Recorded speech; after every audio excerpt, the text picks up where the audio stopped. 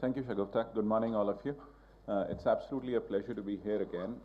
And so we straight off dive into this very important discussion. So just as a very quick housekeeping things, like we have a few presenters and of course the discussants. I'll request the presenters to stick to their time of 10 minutes. And then of course we have the discussants and I'll request them to keep up to their time to 5 to 6 minutes. Otherwise I'll be brutal enough and I'll intervene and interject and say, please, like that's up. You're too close. And then, of course, we have to open it up for larger discussion as well. But very quickly, as to the topic that we were really looking at, or the idea for this session, the idea is to really see what is the special case of developing economies and are we uniquely placed. I think there are a couple of points here which I thought I should share. I think I'm convinced in my mind that it's going to be nations like India, or countries like India, which are going to drive a lot of innovation in the future. We are going to be giving out huge sets of unique business models and unique situations which can actually get implemented in the rest of the world. So the next wave of innovation, whether you talk about online economies or anything, or it is actually going to come from India and places like India, and which can get implemented in Africa, Latin America, and so on and so forth. The unique thing about India, again, is the kind of scale that we can actually bring off is going to be exceptional. So the question here is that how do we really regulate? What is it that we can do? The second question that we are really trying to delve into is what about SDGs? Definitively, I think SDGs can really have a huge impact in terms of like what India can actually do. But on the SDGs, I think one thing is very clear that in 2030 we are not achieving them as the world. In fact, anybody who says that yes, we are going to be achieving them is trying to fool himself or whatever. It is just not possible that we'll get there. I think the best we can actually get as a collective of the world is about 80% of the goals, or if you really look at a score of 80. In fact, we do this whole work on social progress, and that is what we have actually found. In fact, within the country as well, if you really look at it, there are going to be some goals that we will achieve or we will be very close to achieving. But most of them, out of the 17, I think 15 of them, we are actually going to be lagging behind. So the question here is, yes, the potential is enormous, but how do we really take it forward? And then, of course, the last but not the least is on income generation opportunities. Absolutely. But I think this is where regulator will also have to come down very strongly, because what I really see or foresee is that within the online economy, like it's the larger players which are becoming larger. They are actually having the larger set of the pie. They control more and more. So how do we really regulate to really make sure that the level playing field exists and things? Because across the world, what I see is that the larger players are controlling, and it's not about the newer kids on the block who are coming in. In fact, if you talk about Facebook controls, say it's WhatsApp, Instagram, or whatever, anything which you're talking about communication, there is just one single player. I think these platforms give them amazing level of power to really move up this, what I call, in terms of disrupting and whatever, with the data they have, with the possibilities that they can actually do. So how do we really enable small enterprises is also going to be one question that we need to delve into. But these are some of my initial remarks. In fact, I'll make some closing comments as well. But without further ado, I think we should just dive into the discussion. We have Professor Gerber, who is coming all the way from Chicago. So he's from Chicago Kent College of Law. Professor, over to you and over to your remarks and things. And you have 10 minutes, sir. Okay, thank you very much. We'll try to stay within those 10 minutes. What I'd like to do is simply get a sense of where developing countries are in the competition evolution right now. I can probably talk over this. Don't worry. Now it's going to work, but stop working any minute, won't it? Yes. Anyway, if it works, fine. If it doesn't, I'll just talk a tiny bit louder. The focus of this is really on looking at the evolution of competition law in the world, rather, and thinking about how the developing countries are located within it. So if we think about it that way, convergence has been the dominant discussion for a very long time now, since at least the 1990s or 2000. The notion is that everything's moving toward the same model, right? That's the way people have been talking. And if you go around the world, and some places will make that very obvious, and some places will just do it but not say it. In any event, there's been this strong sense that things convergence, and if for no other reason that that the U.S. Will require it or be able to push it or whatever. Okay, there have been differing responses now to big data, which calls into question the entire convergence idea. Right? It may be possible, and I'm going to mention this at the very end, to think about convergence with respect to specific aspects of competition policy, competition law. But the big idea that everybody's moving in the same direction toward the same sort of thing it seems to have been totally disrupted now and undermined. So this puts developing countries in a new position. It's no longer impelled by convergence, the developing country, and it creates opportunities to choose direction. The objective here is simply to situate developing countries in the interplay between convergence and divergence. Divergence has a certain power, is fed by certain kinds of interests, and convergence does as well. And developing countries, it seems to me, are in that sphere within which they diverge. And so looking at it that way, I think, is useful. If we think about the convergence context, right, prior to the 1990s, you had two very separate models, right, two different ways of thinking about competition law. Different in terms of fundamental ideas. So you had the United States situation, the United States focusing on economic effects since the late 1970s.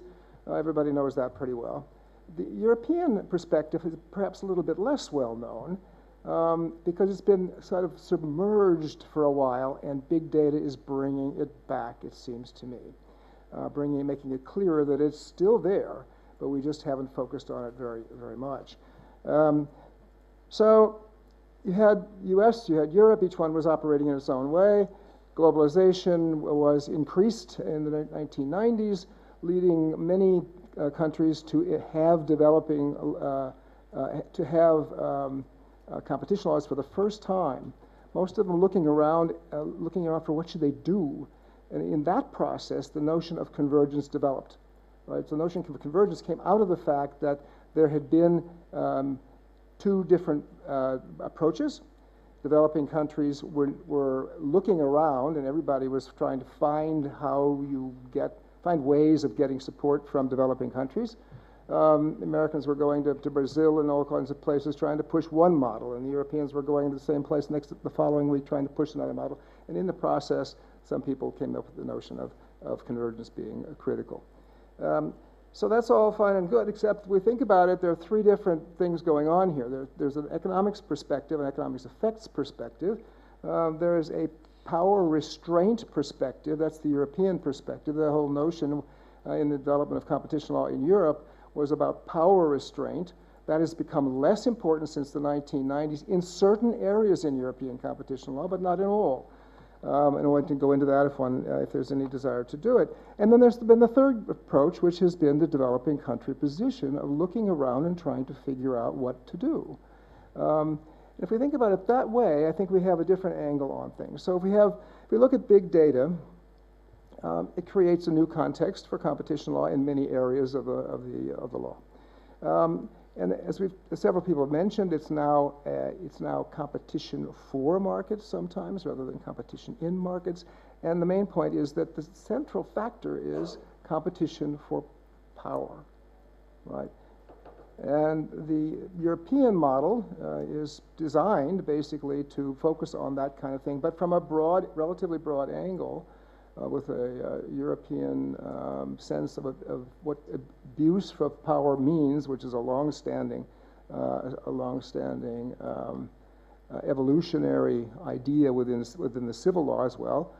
So there's a greater sense that power is a problem, and that we have ways of thinking about power that will identify what's an abuse and what isn't.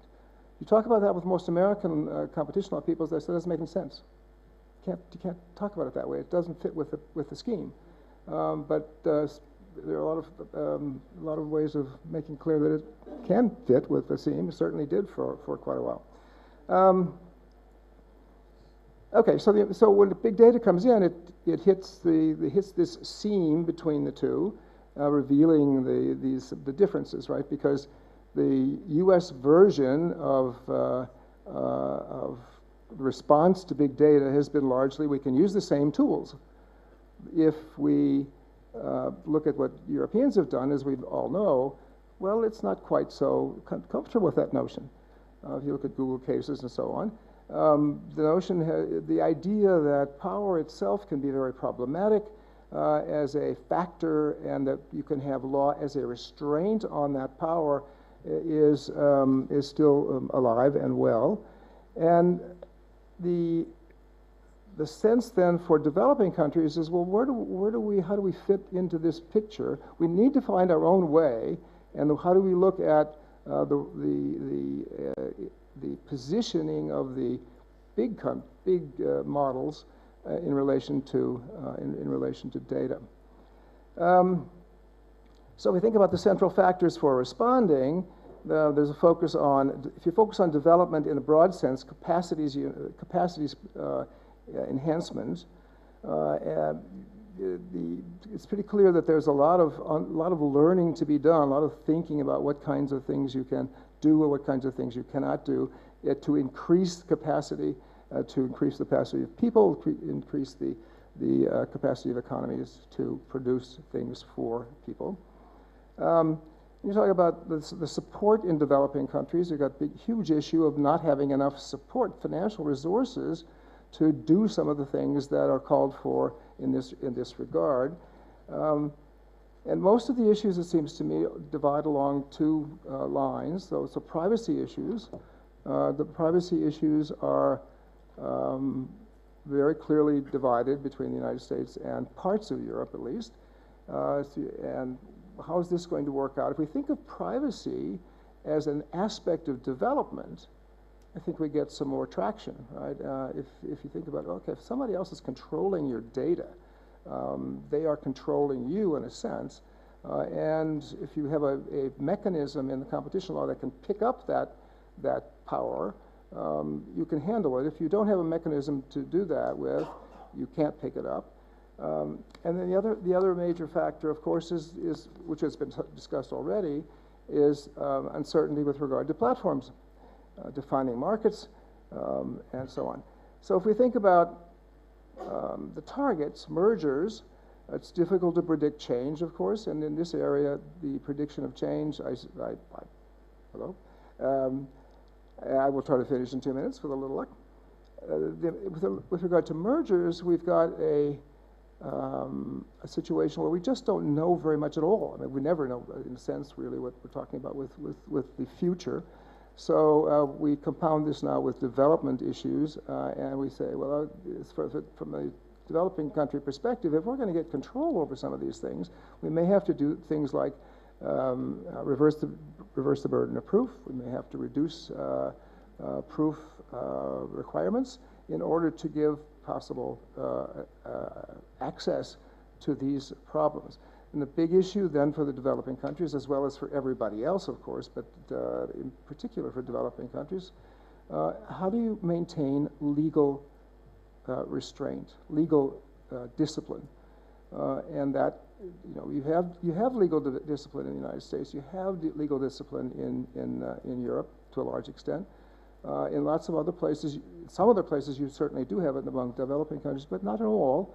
And for some of the really tricky situations, there's just not much sense that you can really trust law to work the way it's supposed to work. So with regard to just a couple of little comments here, so dominant firms, you can talk about reducing access as being the issue that is critical to developing countries. If I am the dominant platform or the dominant area of platforms, mainly in the United States typically, or China, in some situations, I can exclude. There can be exclusion of new competitors that can be terribly important. Exploitation abuse, which doesn't exist in U.S. law. The notion that by raising costs, by raising prices, you can exploit the consumers, and therefore that is a cause of action.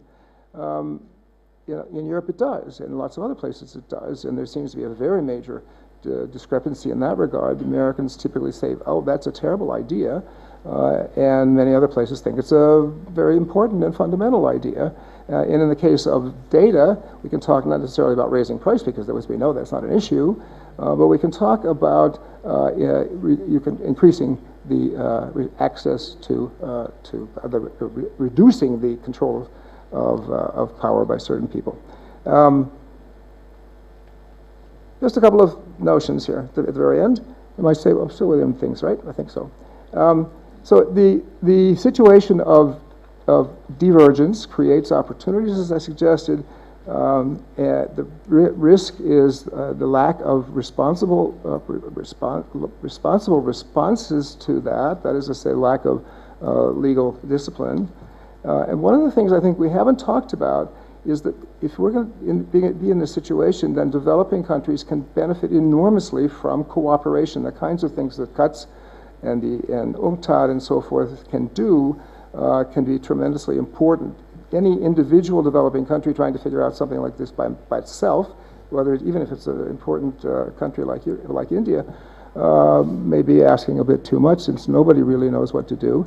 But collaboration then becomes enormously important. And just the final point, narrower versions of convergence are possible. You can have convergence. Think about convergence. You can refocus the idea of convergence to thinking about areas of law, particular kinds of practices about which you talk about about convergence.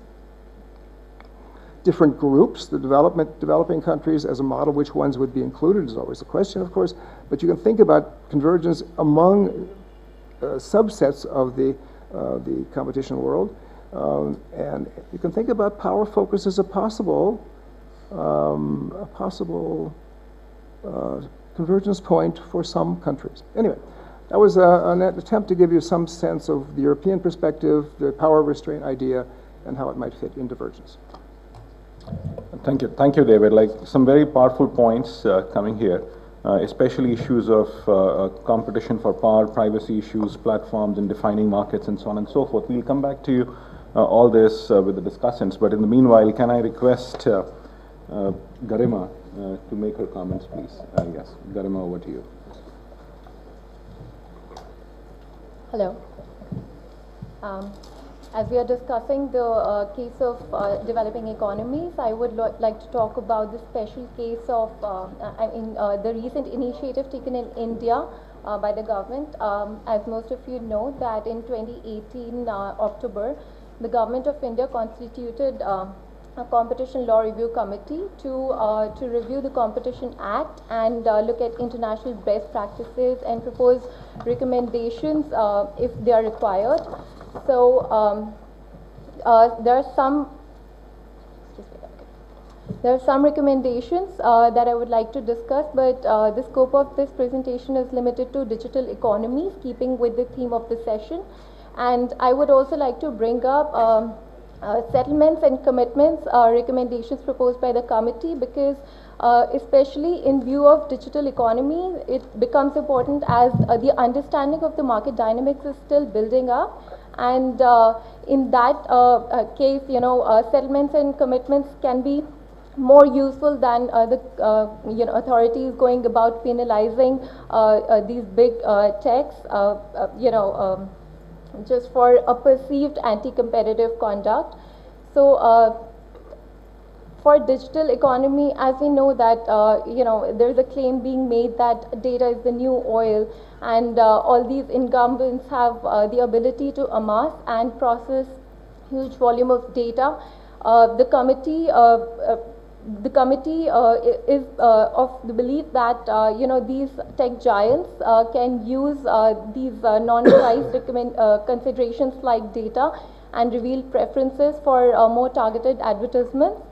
So for that, the committee recommended that interoperability could be a key tool, and for that open standards could be used, but that requires a wider consultation of the stakeholders. And also they looked at the definition of price, whether that could cover data and reveal preferences. So in the Act, the definition of price uses like any valuable considerations. So the committee believes that it's wide enough to include non-price considerations like data and reveal preferences. Looking at horizontal agreements, as we see that in case of digital economies, they are mostly platform based. There can be some hub and spoke cartels where hub mostly escapes the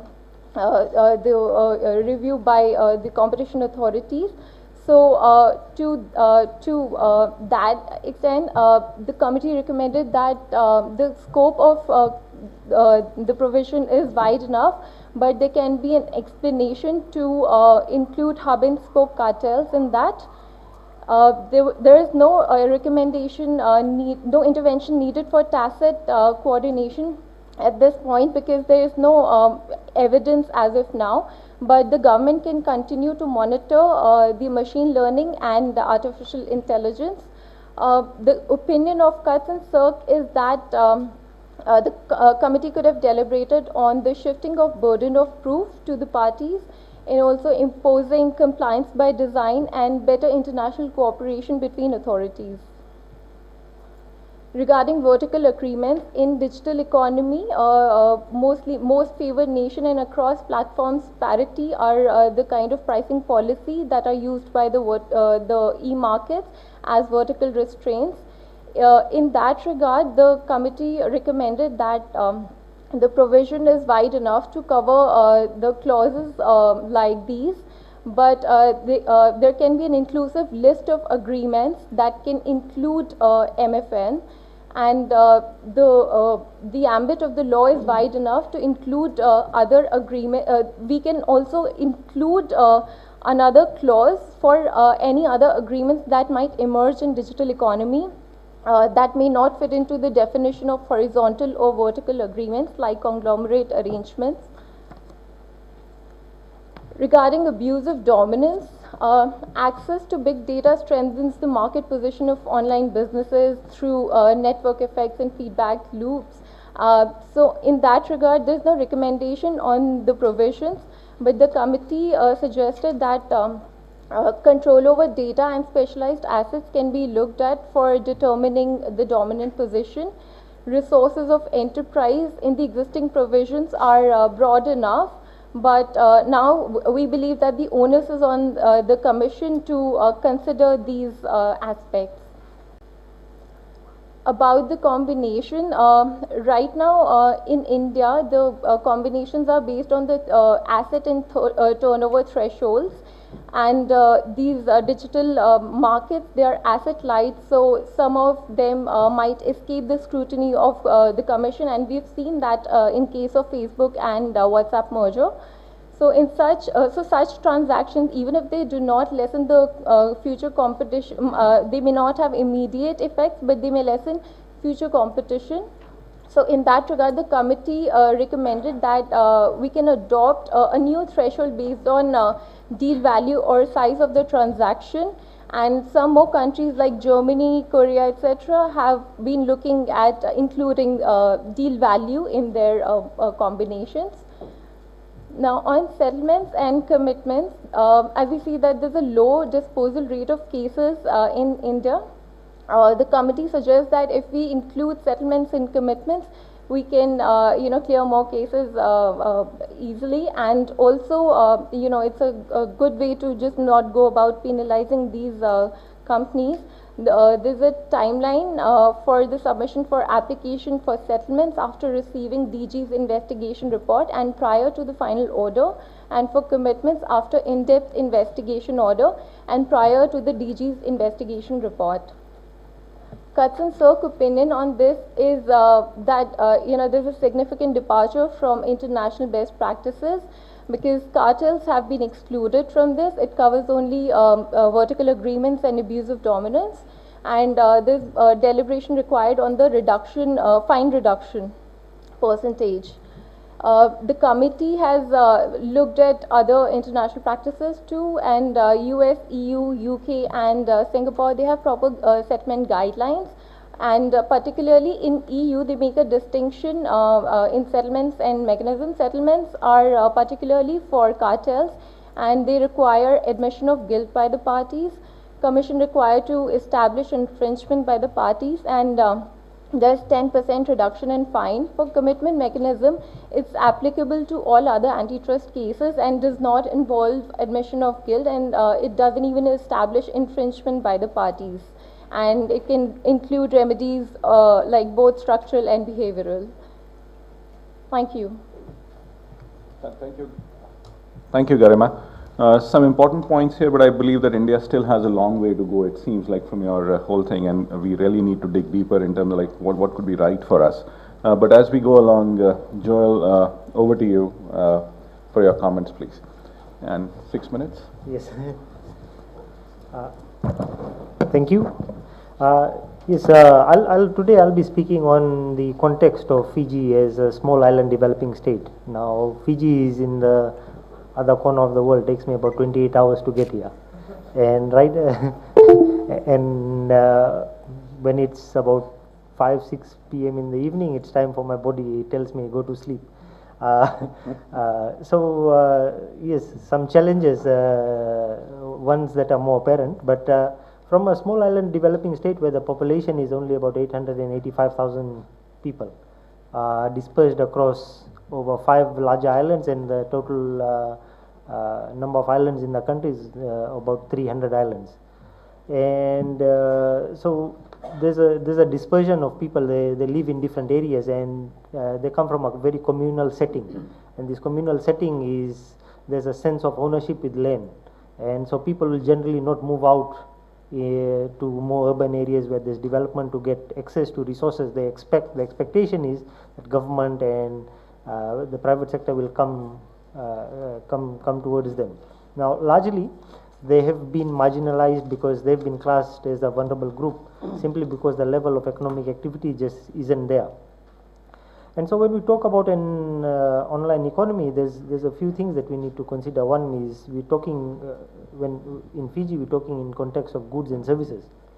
Two, Fiji is a small island developing state, and over the last 10 years, Fiji has had unprecedented levels of growth for Fijian standards. We've been experiencing economic growth for the last 10 consecutive years.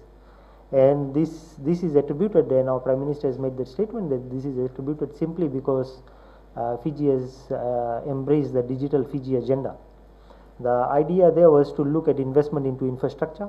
One of the most recent examples that I can cite to you is Fiji has had access to Southern Cross Network cable, which provides us a link to the outside world.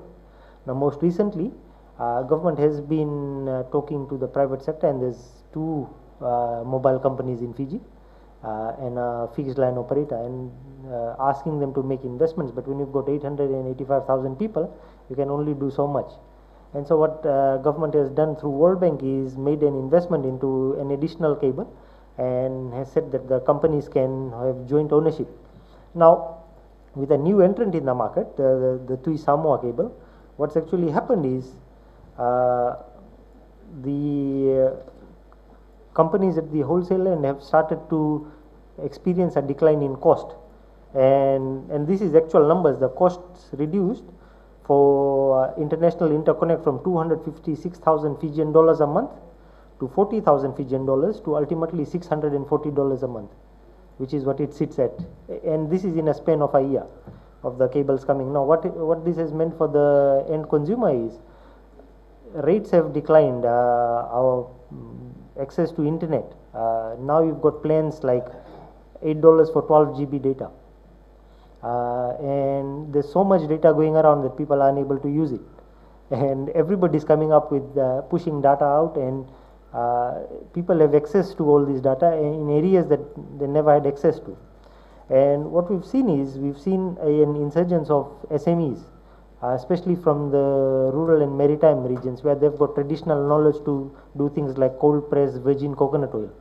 And now there's a company that sits in Tavuni. In fact, Tavuni is the island where the sun shines first in the world, and they are quite isolated from our shipping patterns. But they've recently secured a contract to supply virgin pressed coconut oil to the US, and so that has led to economic activity. They are hiring people, etc., etc. Now, because I have 6 minutes, I'll quickly move on.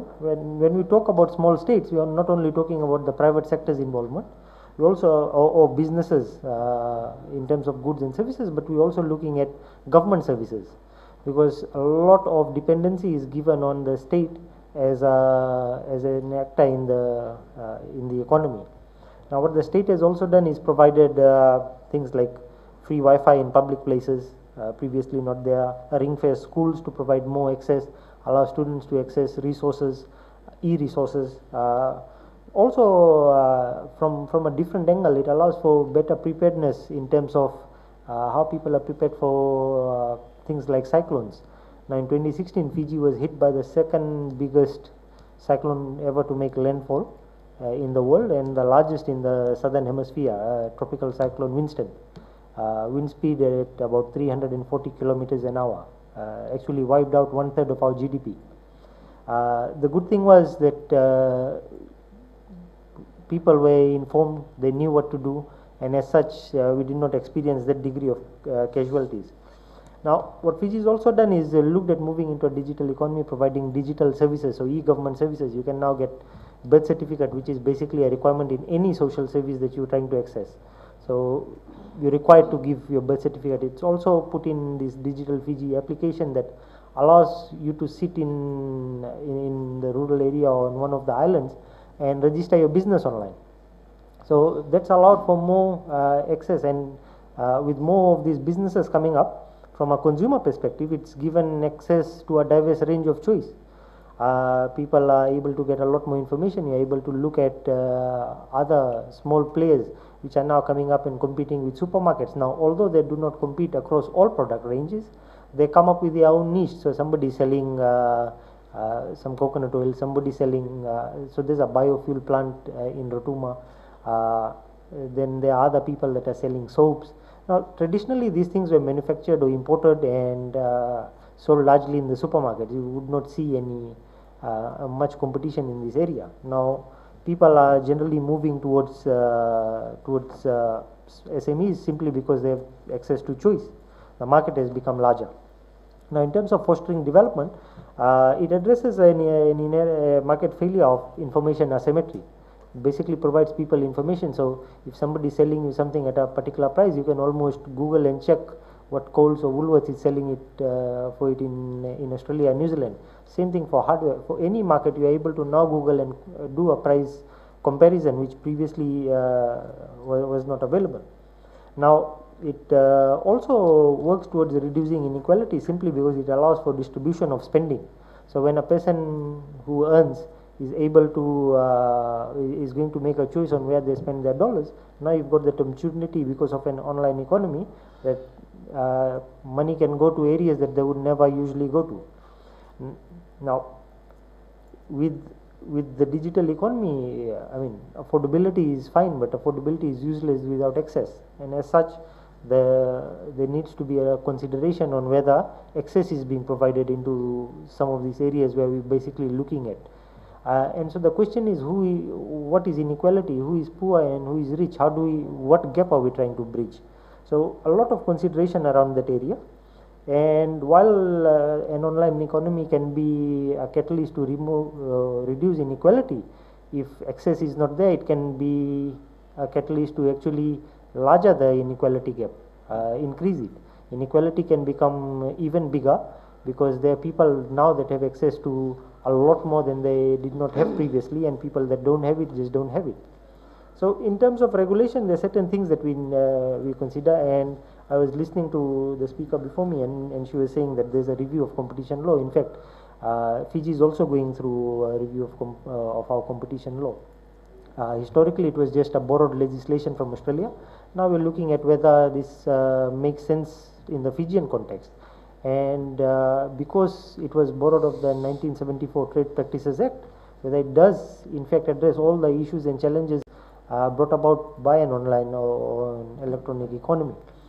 A lot of considerations in the law simply refer to a brick and mortar type business setting. So when you're trying to expand these definitions and interpretations, you almost always challenged, because they say, look, the intention of the law was never this. And as such, it poses quite a fair degree of challenge in terms of how we are looking at certain things. And so basically, Fiji is now in the process of enacting its or putting out its competition policy, national competition policy, as well as its competition law. Thank you. Thank you, Joel. First, I must thank you for coming from next to Mars. That's what you effectively said. But very important issue on access that he did touch upon, but then he was just talking to me on the side that his biggest grudge is that there is no competition law for watching television, because the asset that is at home, it reduces his access to Saas Bahu serials because of his wife or something. So that's his grudge, and that is what he was talking about. So there is a real problem at home. But having said that, Seema ji, over to you, please. Thank you. As I come from Ministry of Rural Development, so I look at the development perspective of digital technology.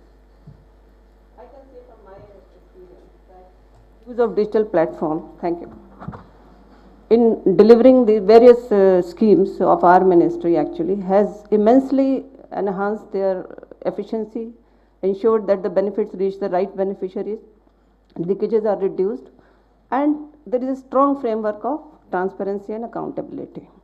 But question arises whether the potential of these technologies is really automatically achieved, the way like when market economy was introduced, so we said no, competitive process is not automatic, something has to be done. So key question from developing countries like India is how to ensure equitable sharing of the gains from the digital technologies, because evidence is indicating that digital technologies are leading to strong concentration of wealth and income in few hands. So what are the key issues? I'll just raise a few issues. I don't really have any answers. We are talking of digital data.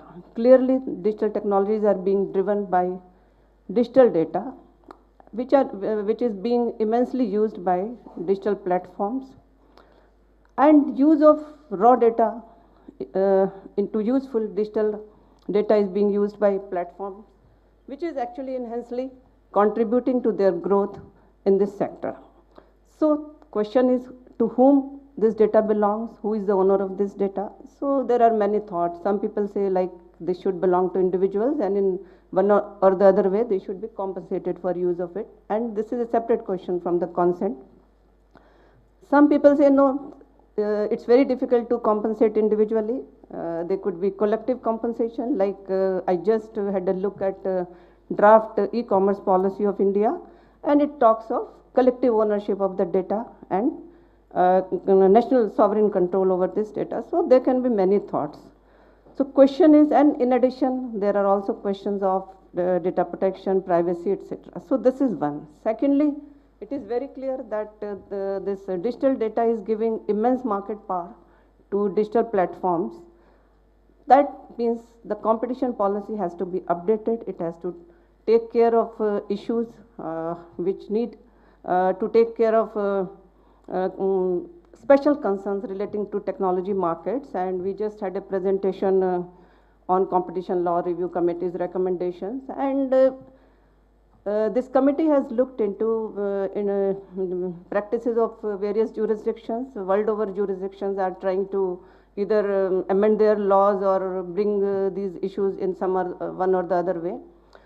So my sense is, by and large, regulatory gaps have been filled up, and wherever it is found that there is no need to amend the law, that is also provided. And especially this provision of, where you can look at the size of the deal and the settlements and commitments, I think in the context of digital market, that is going to be very useful. So, but I find this committee has not really looked into the question of the consumer welfare standard, and now a lot of people are saying, because consumer welfare standard by and large looks at price as a dimension of the consumer harm.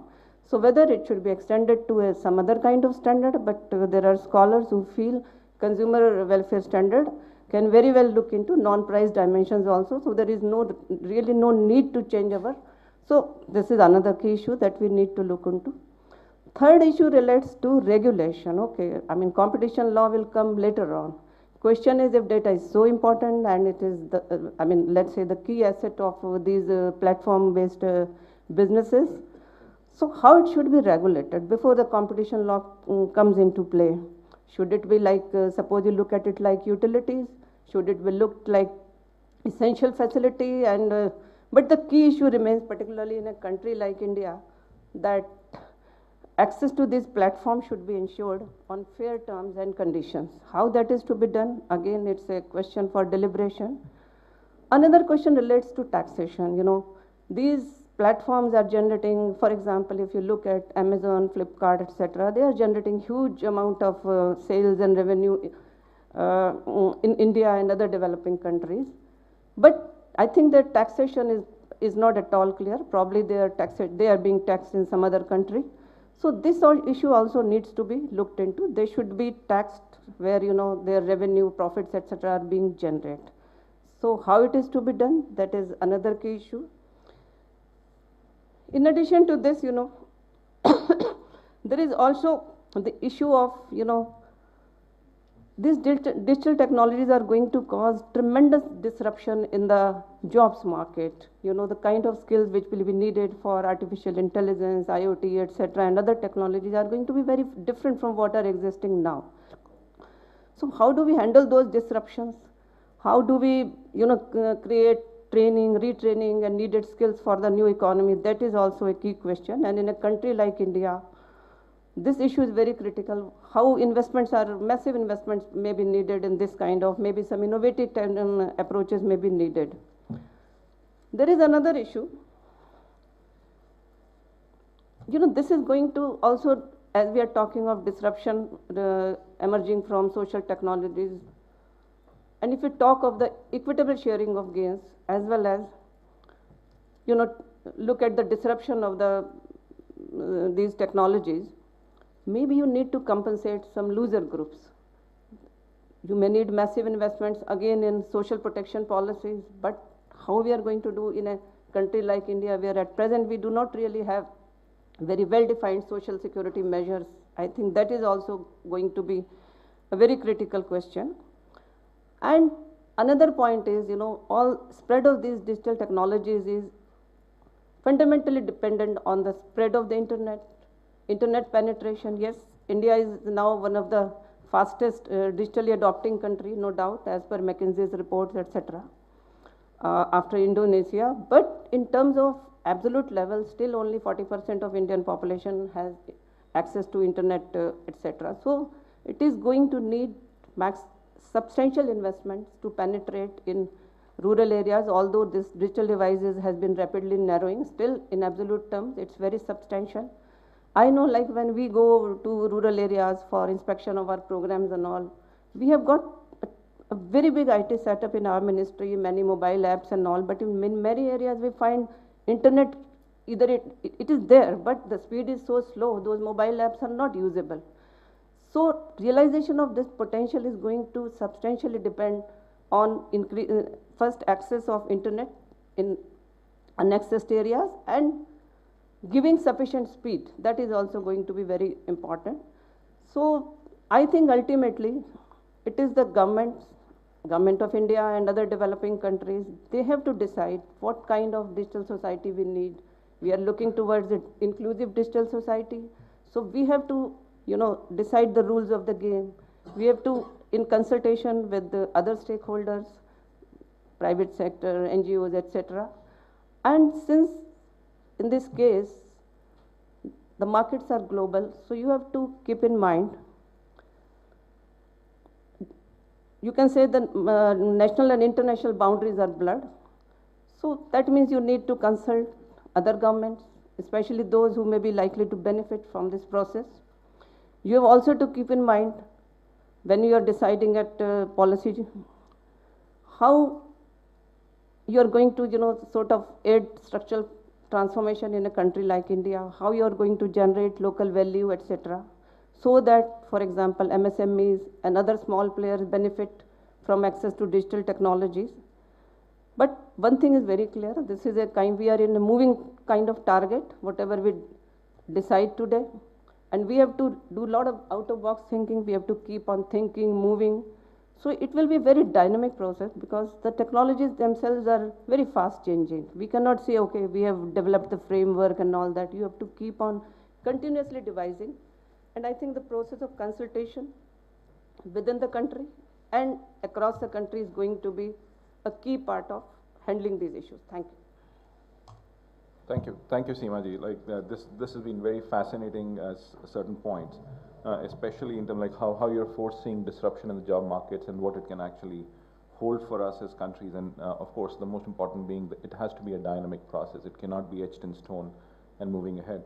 But as we go along, can I request Janice to make his deliberation and points, please? Janice, over to you. Thank you.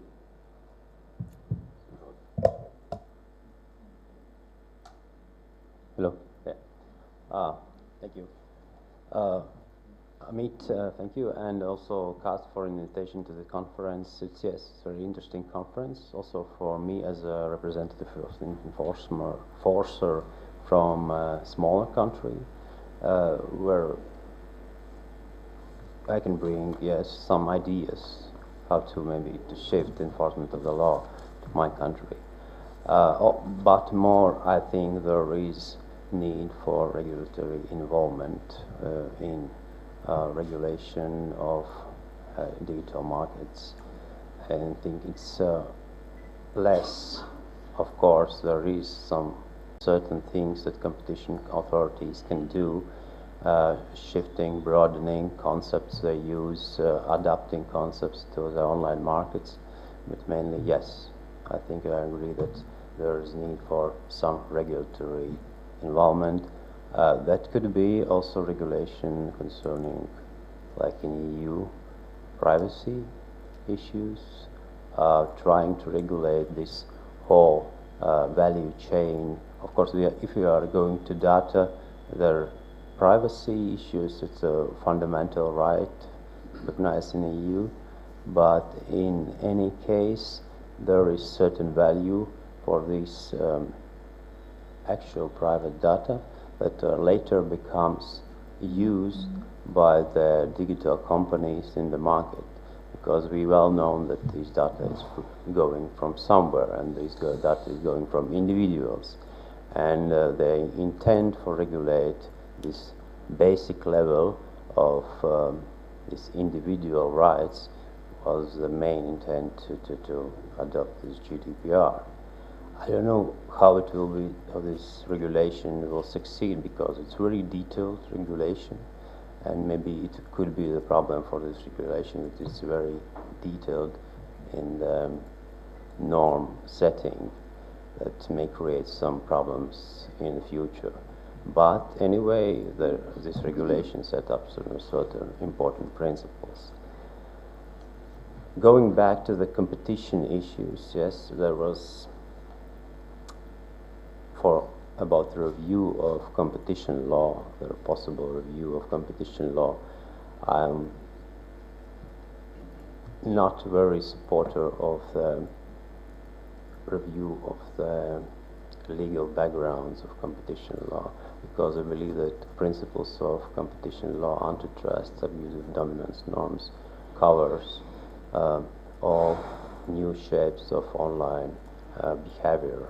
Anyway, there is problem to detect which behavior is abusive consumers, because mainly most of the actions of the online firms are benefiting consumers, what they offer to the consumers, and there is problem to define, looking that we have so many efficiencies in the markets. Consumers are getting so many benefits. How we can define the harm? There is a problem to finding the harm in this perspective, in these markets, in this development stage, I believe. But anyway, there is tensions to be caution and be prepared to enforce the law in certain situations if exclusion of other competitors is very likely. Going to the point to the developing markets, I think for Latvia as a market, the main that was mentioned is infrastructure problem.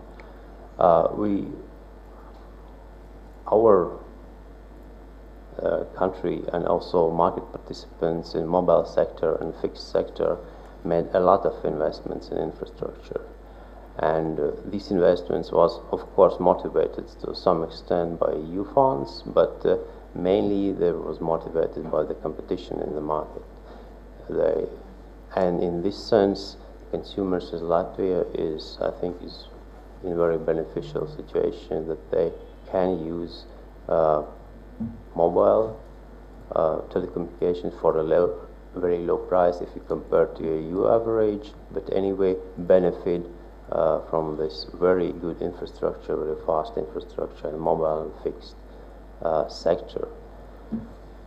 Going to what was said about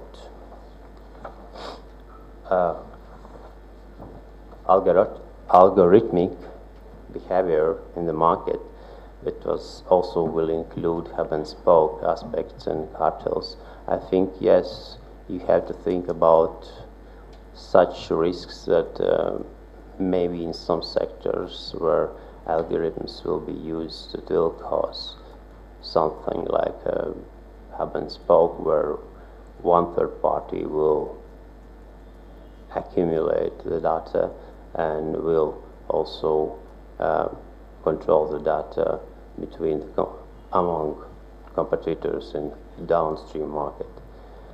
Also, such behavior is very well known in the traditional markets, also in interbrand competition between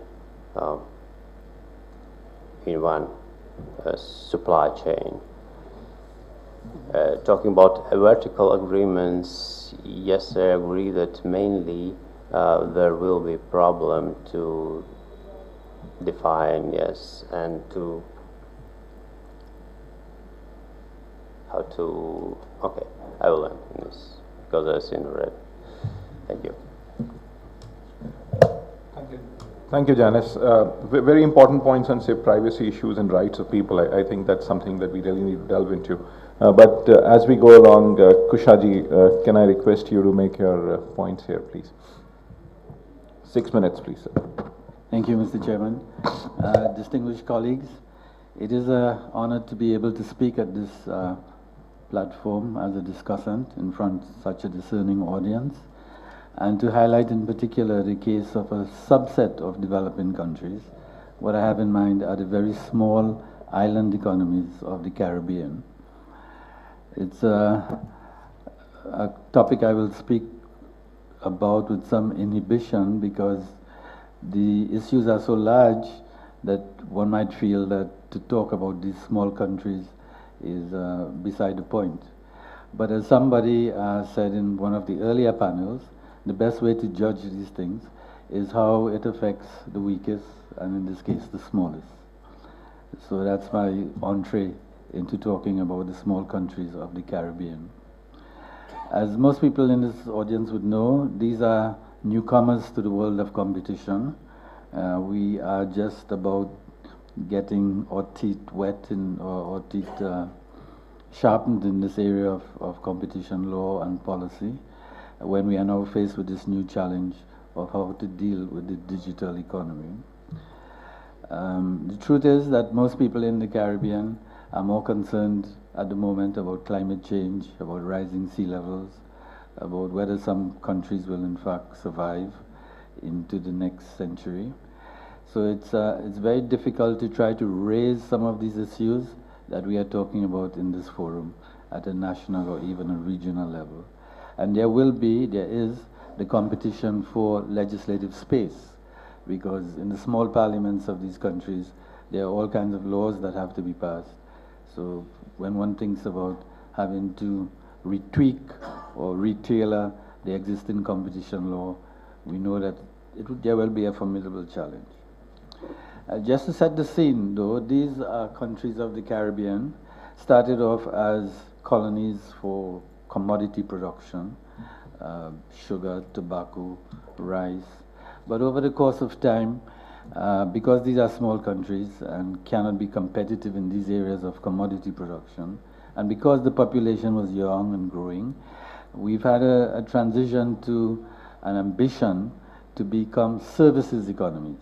So we're no longer in the business of commodity production, but now services.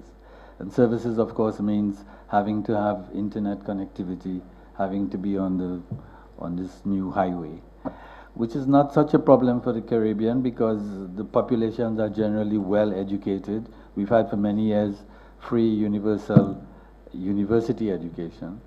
So there's a great population, young population, and we've had exposure to wide connectivity with internet platforms and so on.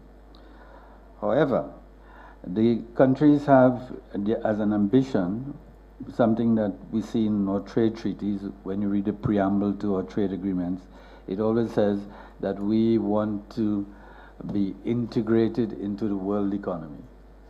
But that phrase, when we had it in our trade treaties, talked about the world economy as a goods economy. And now we have to deal with it as a services economy. The experience so far has not always been what we would have liked it to be. For example, if you take tourism as a services economy, the idea was that yes, we would encourage more tourists to come to the Caribbean. But the way the digital economy has developed, all of the bookings and all of the packages and all the payments are done outside of the Caribbean. So that about the only benefit one gets from the tourist in the Caribbean is if he happens to buy a trinket or something on the roadside. The payments are made elsewhere and they remain elsewhere. Or if you take as a second example, the rise of what were called financial institutions, offshore banking, which became a big opportunity for many of the small islands of the Caribbean. These were overtaken by new regulations with respect to terrorism and money laundering and so on. And many of these offshore financial institutions have had to close because they don't meet the demands, the challenges, especially from America. This is an important point because we have to escape the tutelage of America, as Professor Gerber said. In the beginning, when we set up our competition law and so on, we had to balance between the EU and US tutelage. It became important for us when India came on board and when South Africa came on board. We were able to use their examples to say that we need not have the tutelage from these two big behemoths. We could develop a competition law that suits our own purposes. When we first said that, nobody took us on, but after South Africa and India in particular, people began to be more responsive to that kind of approach.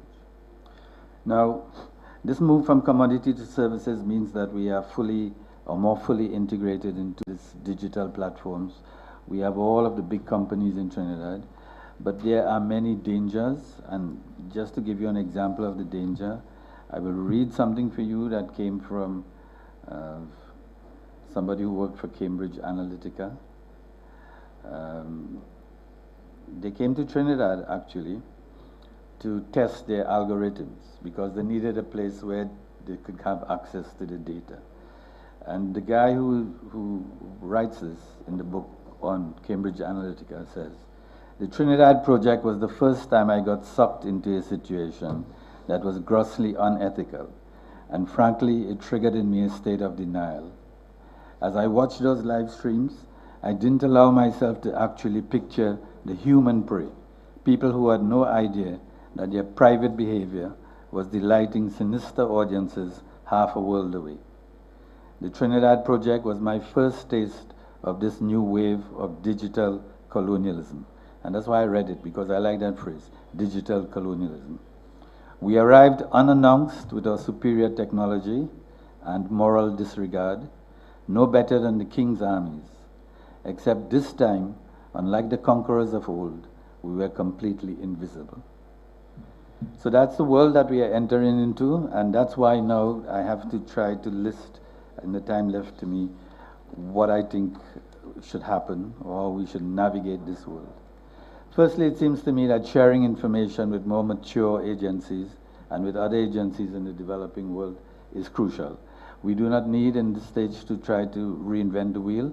We have to learn from what other people are trying to do. And in this regard, I was particularly pleased to hear the recommendations from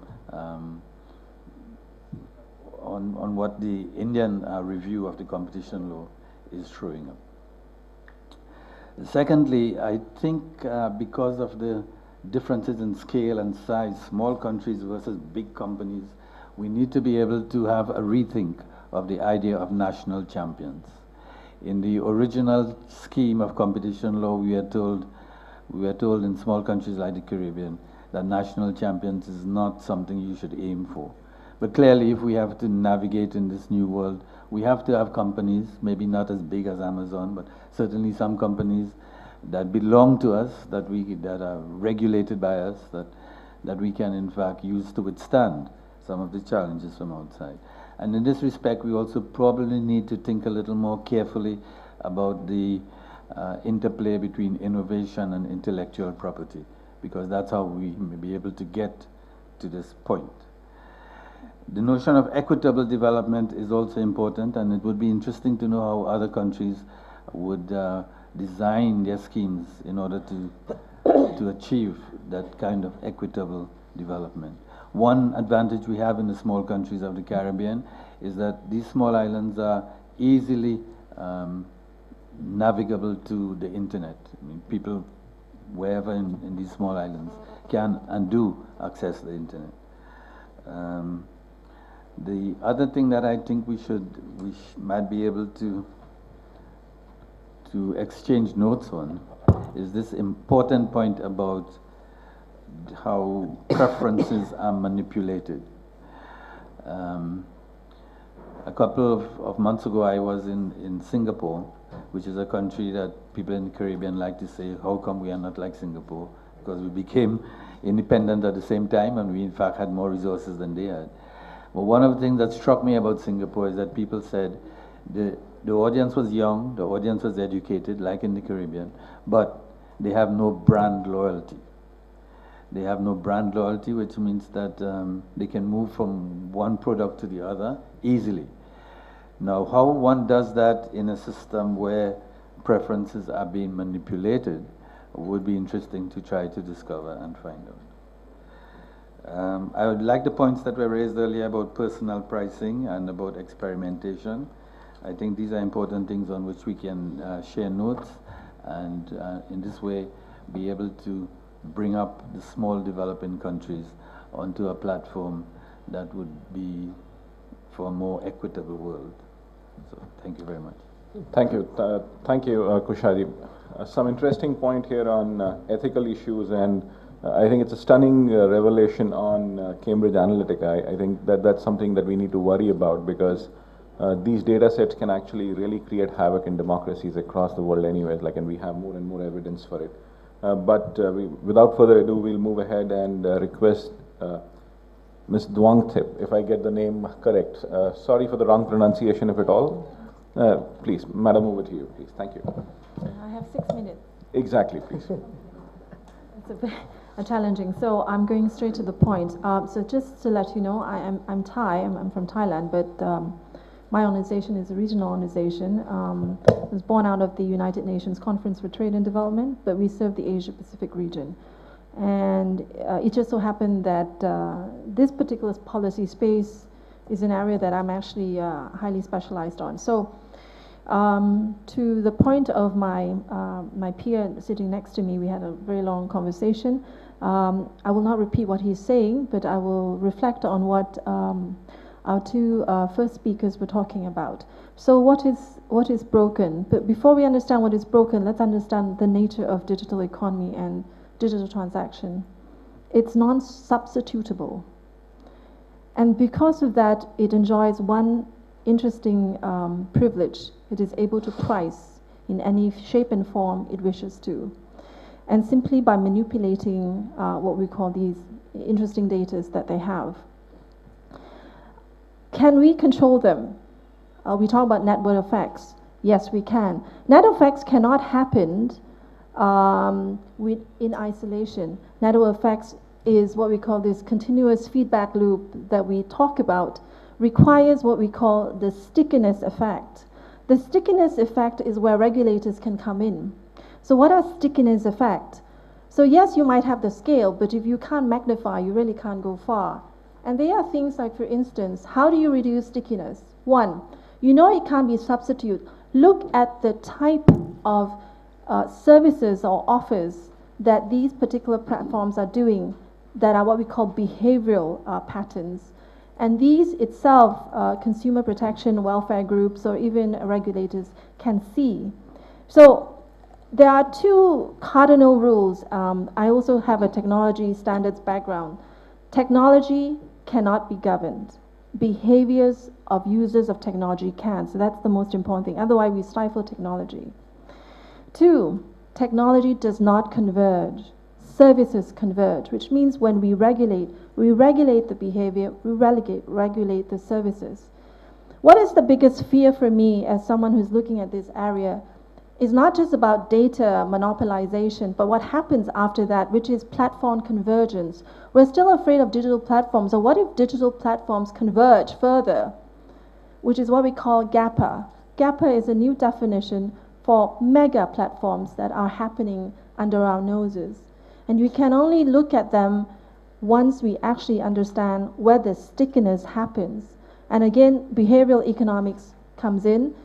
A lot of the measures that competition commissions are looking at still are good, but we need to fine-tune a bit more. We can't look at quantity, we can't look at price. We need to look at non-economic factors that drive what we call these so-called convergence. So that's the most important thing. There are exceptions to network effects, and that is algorithms. Algorithms can't multiply that fast. Why? Well, unless machine learning and AI can work at the rate of quantum computing. At this point, algorithm is the so-called the killer of what we call the network effects and the multiplication effects. A good example is during the, I don't know how old you are, but I'm sure you remember the conflict between UK and Argentina. So I don't know how many of you know that the UK government decided to purchase some fighters, jet fighters from the US. And given they were allies, this went passed through the Senate very easily. But then it occurred to the UK government later when they were testing out the so-called jet fighter that they didn't have access to the algorithms. In other words, they couldn't program it.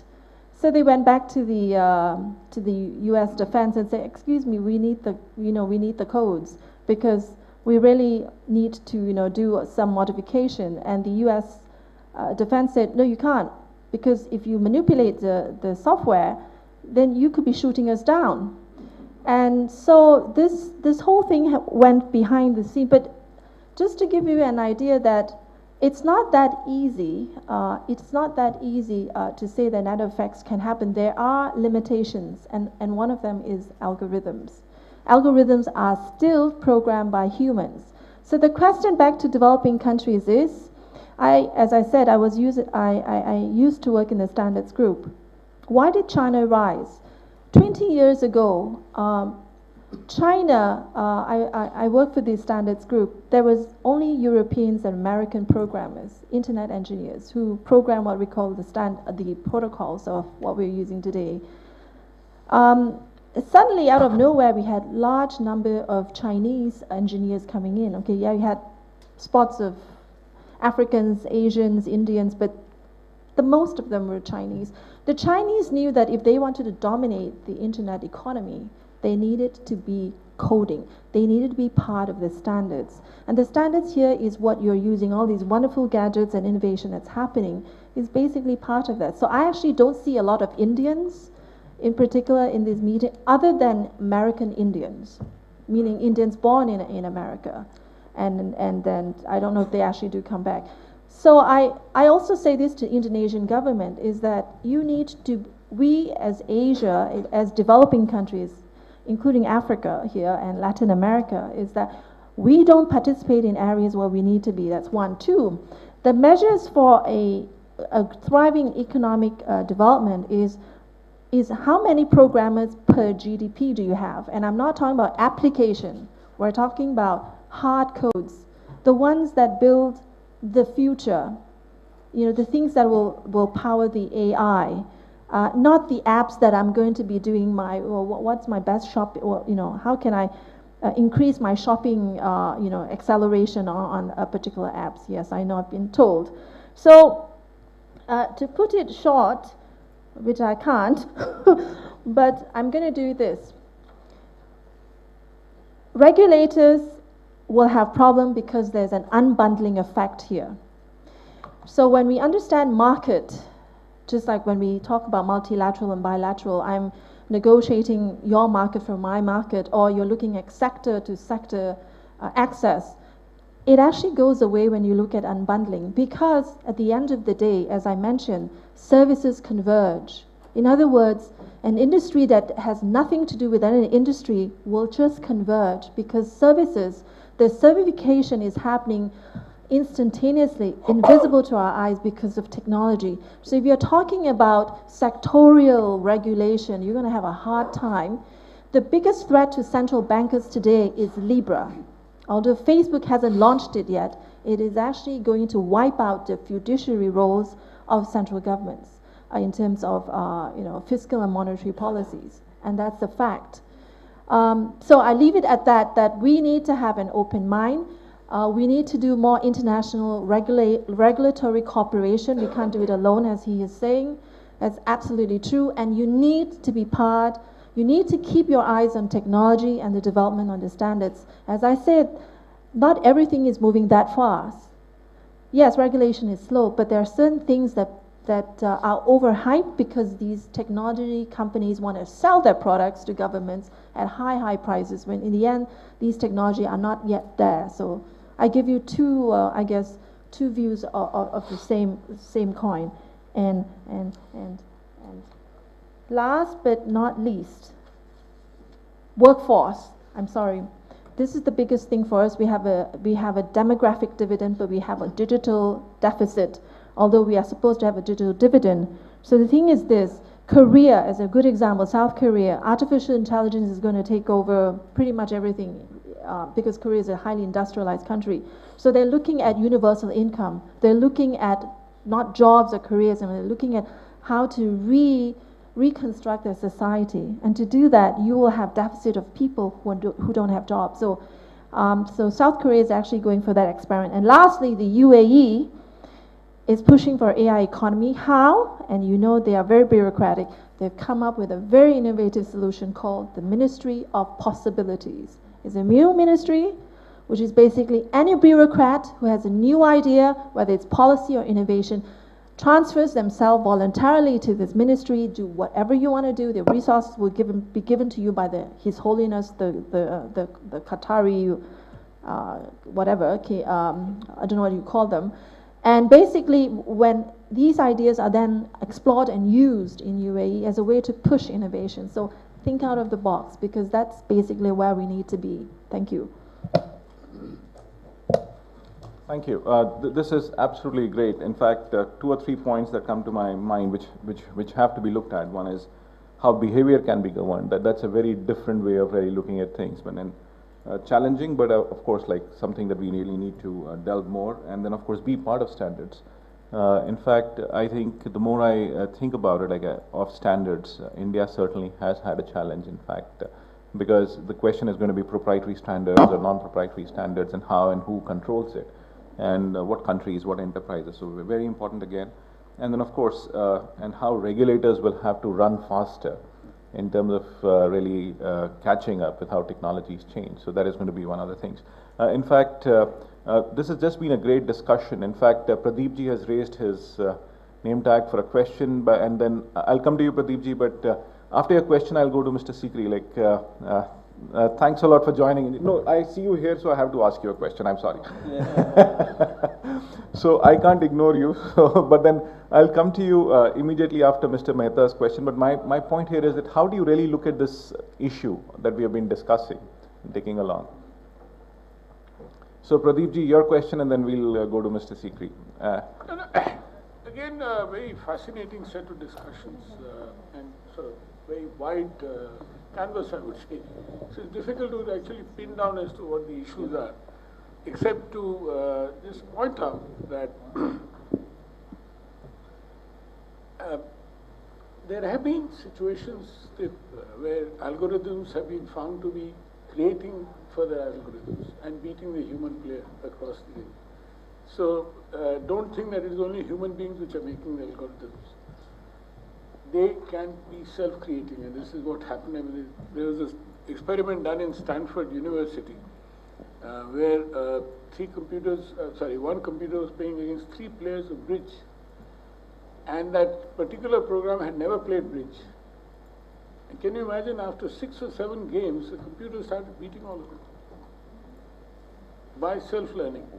Now, that was the bad news. The good news is something which we have not spoken about, is e-governance. There has been rapid strides being made. I mean, Seema spoke about it in a way, in the sense, in the context of development. But even there are issues like trade facilitation, customs procedures, etc., customs clearance, etc. The way advancement is taking place, and that is leading to a lot of benefit. Toll posts, for example, now you're getting a fast tag and so on. So technology has been helping people to a large extent, and that is what has to be remembered, instead of being, constantly feeling that nothing good is happening. But there's a lot of good which is happening. But the downside is, of course, very, I mean, as the last session of putting our fears on the table, and literally we are afraid about this. What is likely to happen, we don't know. If you see some of these sci-fi movies, you can well imagine what can happen. And those sci-fi movies are quite real, I must tell you. Because a lot of those things are coming out to be true. So you might get robots, which will be, humanoids, which will be smarter than human beings, or semi-humanoids. You don't know. You don't know what is going to happen. Everything is possible. So one has to be aware of that, but let me leave it at that. So instead of being a Cassandra, and keep talking about. Thank you, Pradeep ji. But I think there is an inherent assumption in your point that human beings are smart, but that's a separate issue and a discussion. We'll get to that. Oh yes, absolutely. But then, Mr. Sikri, like your points, like what do you gather out of the discussion? And you've been the Competition Commission chairman. And how do you really look at this? And especially some of the points that Garima had made, like if you could just delve into some of those issues. Over to you, sir. Let me tell you, I'm so glad to see Mr. Sikri is one of the best chairmen. Oh God. I think everybody is good, don't say that, best. I said one of the best. I said everybody is good. All right. Good to be back. Good to be back here, and once again, I must thank Pradeep for insisting that I should be here, and I happen to be in Delhi, though I keep traveling. And I said, well, okay, I'll join for a while, and I didn't know that you were chairing the session, Amit, and that was great. It's good to hear a cross-section of views, and in a way I've been updated on what is happening, because I've been 1 year old after I left the job, and I'm doing something different now. So given that, it was a great opportunity to connect once again with the issues in the competition sphere. I would just base my couple of observations on the 2 cases we handled, and it did pose us a lot of challenge.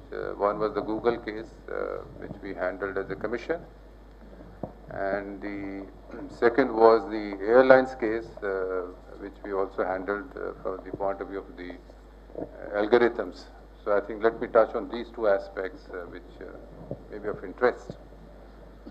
I think some of the speakers put it very correctly and aptly that yes, this technology is bringing a lot of benefits, and let's accept that.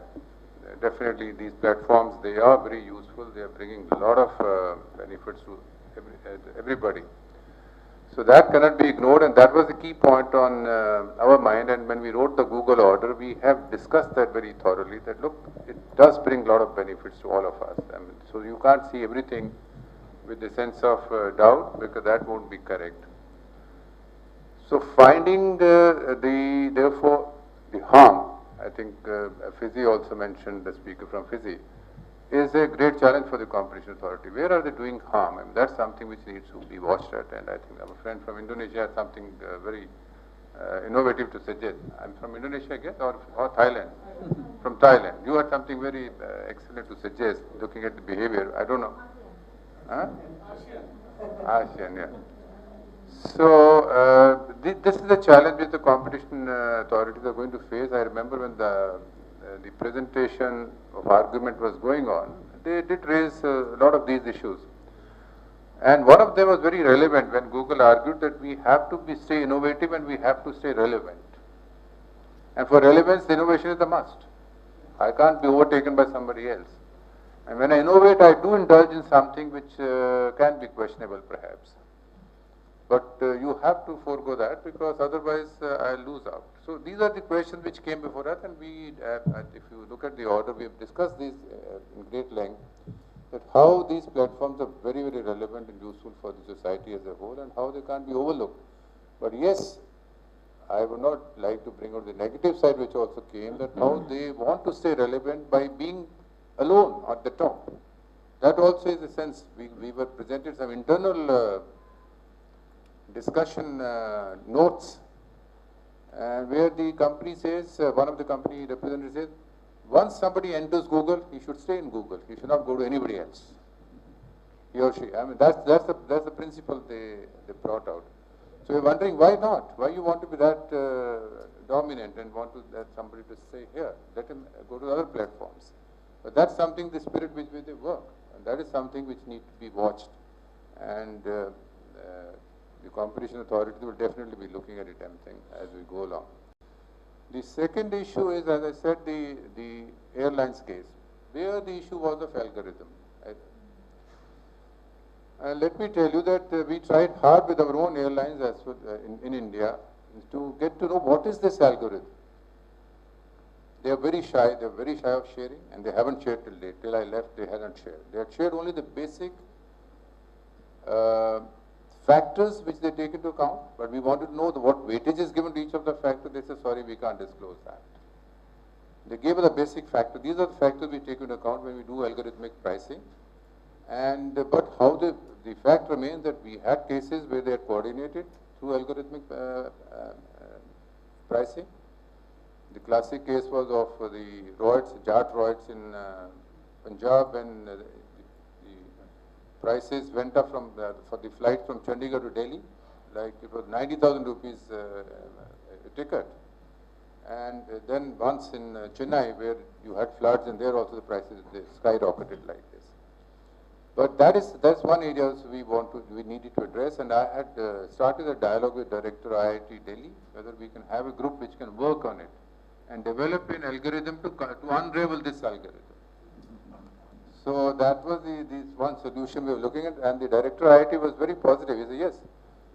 And I have been talking to, in those days, I had been talking to a lot of experts, and they said you need a mathematician, very strong mathematician, a web expert, and a computer science expert, and a person who knows competition law. 4 people, if they get together, they can develop an algorithm for you, and you can unravel that. And this is not my thought. This is even, I think, the famous that author from Oxford, what's his name? Erasi. He also has written in his book that this is the way to unravel, because these people will never share their algorithms with the competition law authorities. And they'll be struggling, and they will not find anything. We couldn't charge any of the airlines for anything so far. So that was another area I think we need to look at. So I think this is one area. Online platform is something which is a reality we have to contend with. Artificial intelligence is another one where countries are now focusing. So the competition authorities are going to be faced with numerous challenges. And I don't know whether we are really getting ready for that. In that context, the Competition Law Review Committee, which I think Grima presented, and thanks for that, but I didn't know, I never read what their finding was. Broadly, I read in the newspaper, that's it. I never went into the details. So they have looked at these aspects. These are also, I think, is also something which the commissions are discussing from time to time at Paris meetings. Within the commission also these issues that go on. But we have a challenge, but I'm amazed that so far we have not been able to find solutions. We are only always putting up the issues, what these challenges these platforms are posing. But I don't think we have yet come across these are the possible solutions. I'm not aware. Unless the Thailand idea works, if you can further throw some light on this. Personally, I'm attending a lot of conferences. I yet to come across somebody saying that, look, we have these answers and this is a way to move forward. And I don't know whether the famous debate in one of the OECD meeting, whether data is an asset or data is something and therefore can be dealt with under the competition law, or data is a behavioral issue which can be dealt only by the protection agencies, data protection agencies. That is resolved finally, because there was a big debate.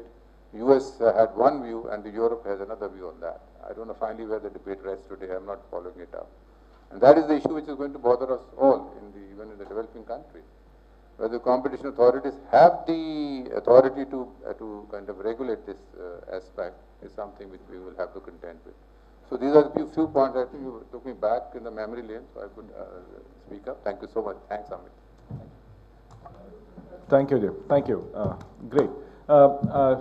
Do we have somebody else who would like to say? Yes, sir.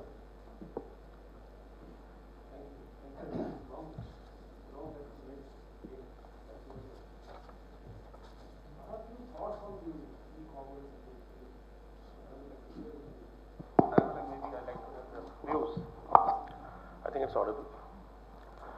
So I heard with rapt attention what Dwangchik had to say about mega platforms.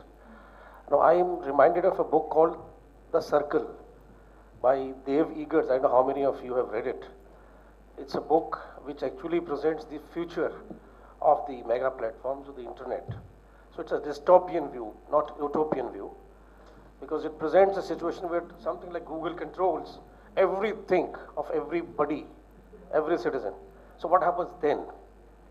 So after reading that book, I started thinking that, and I'm also likely to sort of respond to what Sikri sir said, that what is the way out, how the solution for the antitrust is there. So see, the e-commerce or the electronic giants have a very smart way of thinking. They know what the antitrust authorities would be thinking about them, because under the Chicago school, the basic philosophy is the consumer welfare. So all antitrust authorities converge on the fact that if there is a consumer welfare, we will not touch a player. So they know this. So they will not touch the consumer welfare. You will have benefits flowing to the consumer, whether it is Amazon, whether it is any other thing. So consumers are happy, but what they hate is the competitors. And very subtly they do it. So that's why, as you rightly said, sir, Google always, you have to be on Google. You can't go anywhere. So there is actually a dichotomy of thought between whether we should continue to the post-Chicago school of thought of only consumer welfare, or we should go to the allocative efficiency structure. Because allocative efficiency, if I understand correctly, looks at both the producer's welfare as well as the consumer's welfare. So that is what, perhaps to my mind, the authorities are not actually thinking very seriously. So this article by Leena Khan actually made me think again.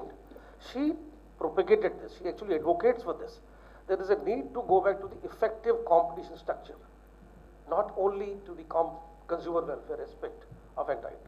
So what is happening is the giants, that's why in US now there is a talk, particularly the Trump administration is thinking of even dividing, even if their threats have come to the big four, they've already started investigating them. So in the US, which is the mother of antitrust, and definitely it's a fact. So there is now a talk of going back to the structural conduct performance model of the pre-Chicago school. Why? Because they know you can't handle them otherwise. See, predatory pricing, you can't catch them, because they have a model of losing profits. So the internet giant, they don't make profit. Their books will be nowhere. The balance sheet will be nil. They will converge. They will just expand. So Amazon, which started as a platform for e-commerce, you know what all Amazon does? It's everywhere. It's got a movie producer. It's even making a spaceship. So anything which you can think of, so they expand. So you can't catch them because you have to go to the relevant market. So predatory pricing to be dominant in a relevant market. So they will not be in the relevant market. They will never be dominant. So that is what is actually the dichotomy, according to me. That's what we should all be thinking. We should be balanced between the effective competition structure and consumer welfare model, or we should think something else. According to me, as a developing country, India has to take a call on that. We have an effect-based competition in India. Effect on whom? effect not only on consumer, but effect also on the competitors. So we have, I will not name companies because some of them are, I don't know whether present because I'm advising them, but the fact is, that they are doing exactly the same and they're copying what the Amazons or what the Googles of the world are doing. Our own Indian giants. I mean, I can only name one, MMT for example. Make my trip. So people like that, because they ape. We are very smart in aping the West. In fact, I would say that way. We're very smart in copying. In fact, we are less smart than the Japanese and Chinese, but yes, we are also smart. So the point is that this is the dichotomy which I want to see. And secondly, they control the mind. Today, the followership of the politicians in the world, who is more popular is not seen by the newspaper reports. Who has more LinkedIn followers? Who has more Twitter followers? So Modi ji is popular because his Twitter followership is huge. Politicians win elections because of social media behavior. So these giants are actually controlling our minds. And they are ultimately, and I agree with her, we don't know what happened. The governments may become irrelevant. Can you afford to lose your WhatsApp? Can you afford to lose your LinkedIn? You can't. You have to be seen there. You don't care who the government is. Okay. So the point I'm trying to make is, it's a serious business. We have to think about how to regulate philosophically.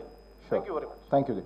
We'll keep the comments short. We have to close in 10 minutes. So like Mr. Mehta, your point, 1 minute please. So if you can just be fairly quick. Thank you, Amit. It's a comment for anybody to react from the dais. As Mr. Sikri and Mr. Mehta also mentioned, that there's a lot of benefits for digital economy. And the challenges we all have been speaking about, it's not that these companies are not facing, and I'm sure some of these companies are also taking adequate steps to deal with some of these challenges. Just to give an example, for example, Facebook has also established something called an oversight board, and they're also evolving their content moderation policies. So I think the key question here is, would we not need to give some time in order to better understand how these algorithms can be used for benefits as compared to the risks? So that's a comment, and anybody else who's happy to react to this. Thank you. Thank you. We'll quickly move on to the panelists here. David, your comments from the discussions and the points that the audience has raised. So would you like to share some thoughts? Like 2 or 3 minutes, you have that much time. The only thing I think I would maybe just make a comment to this last. This mic seems to be going on and off from the prior speaker too, so I figured I would talk more loudly. See what happens. All right, this one goes. The last point about the uncertainty, right? The difficulty of figuring out where you're going and dealing with those sorts of issues. I would have included that if I had had a little bit more time, but I took a little bit more time than I should have in the first place. But I was going to say, especially in terms of experimentation, we know that there's tremendous benefit. If you look at the political science literature, you get an enormous amount of comment about how valuable this can be and how you get all this data, how it can serve particular kinds of ends for developing countries in particular. So they want to get information, they want to be able to do it, that allows them to make judgments about policy that others are able to do. And the fact that you have this is not the end of the story, right? You've got this information, and our problem is you get all the information, you have the potential benefits, and how do you decide when those benefits are being misused? Abused, if you want to call it that. And that's about institutions. That's about the kinds of institutions you have. If you can count on the institutions to follow particular kinds of goals, or at least try to achieve certain kinds of goals, then you probably can keep it under control. You know what's going on. If you can find out enough about what's happening. But the biggest problem, it seems to me, in that regard, is you get massive amounts of data that have benefits but can be misused. And how do you find institutional structures and intellectual structures that keep that from being misused and abused? So I think that's the main point I would make, and let go on to other ones.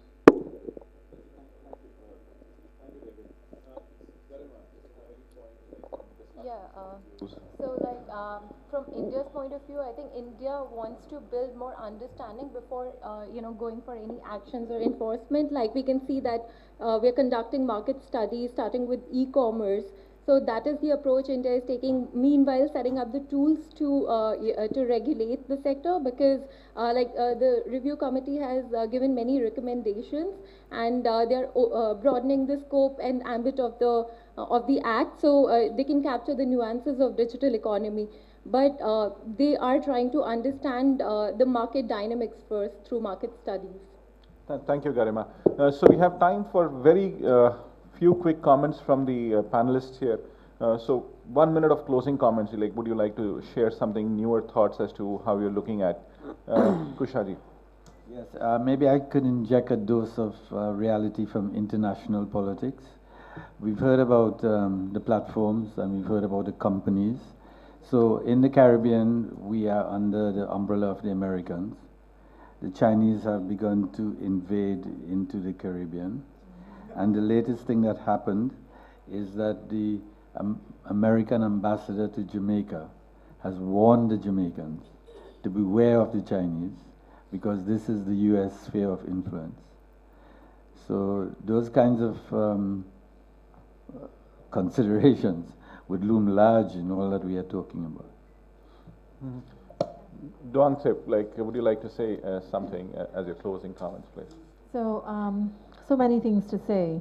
So the first thing, we talk about social welfare, how to redefine it. I would say what we have is good, because it really is contextual. But the one thing that you need to add is the technology, how technology delivers social welfare.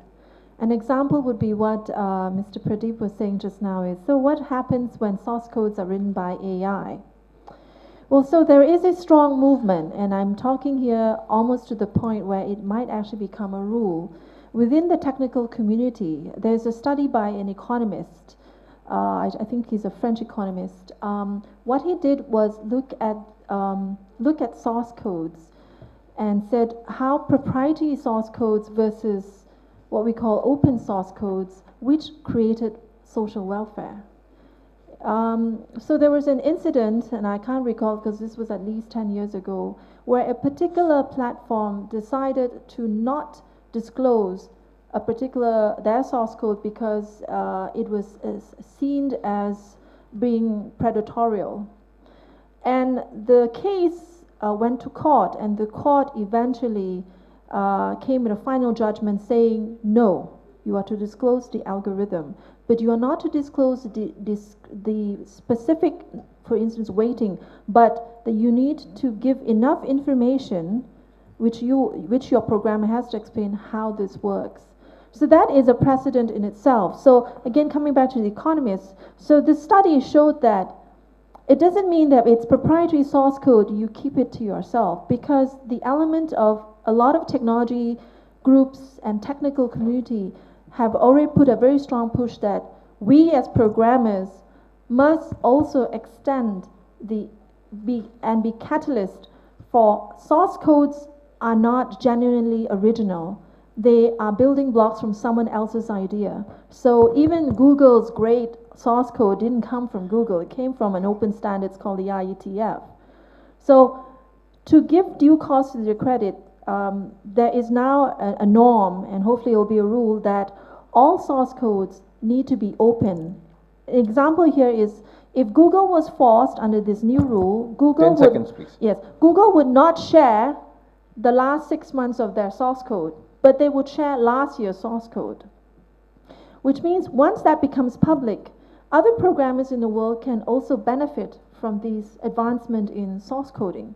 So this is one new way of looking at how do we move together rather than just compete and block each other off. And the last thing I want to say, because this is really important, if you want to stop the mega platforms or just the platform, we need to decouple the data from the platform, because the platforms can be the industries or the sectors.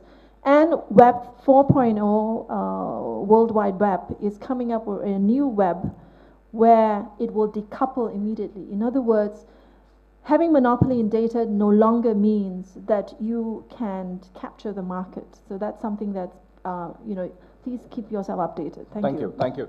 Janice, some closing remarks. 60 seconds, please, like no more than that. Okay, thank you. What I didn't say in my speech, I want to mention this competition for the market. This is important, and in the sense that these biggest companies in the world, not only Google but others, are buying out startups. That creates some dangers for the new companies to become in the market with their innovative ideas and become more influential in the market. And this competition, this way how the innovations are bought out, I think should be in some sense regulated. One way and one direction is this value-based threshold. Of course, it's to catch these transactions. Another way, it was mentioned that it's reverse burden of proof. I don't believe that the competition authorities do not need to prove. They are obliged to prove certain facts. But this balance of proof should be, I think, revised in these cases. We should think about. Okay. Thank you. Seema ji, any closing remarks, please? Thank you. I think the biggest challenge with these digital markets is that you cannot afford to intervene too late. You cannot afford to intervene too early, because then you may be adversely affecting incentive to innovate. But if you wait too long, maybe the dominance would be established, and because of their special effects and features, it might become entrenched.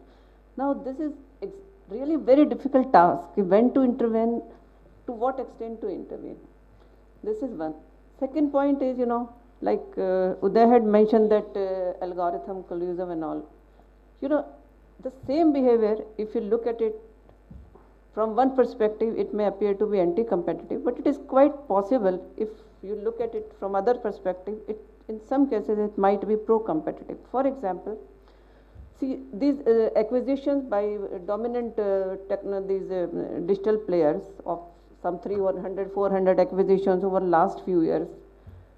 We always think in terms of that, they are doing it only, to thwart of future potential competition, but it is quite possible that this itself may be, incentivizing the small players to innovate, who know that, okay, let us, do some activity and all, and at certain point of time, it will be acquired by Google or some other player. So, and they will walk out, with substantial value.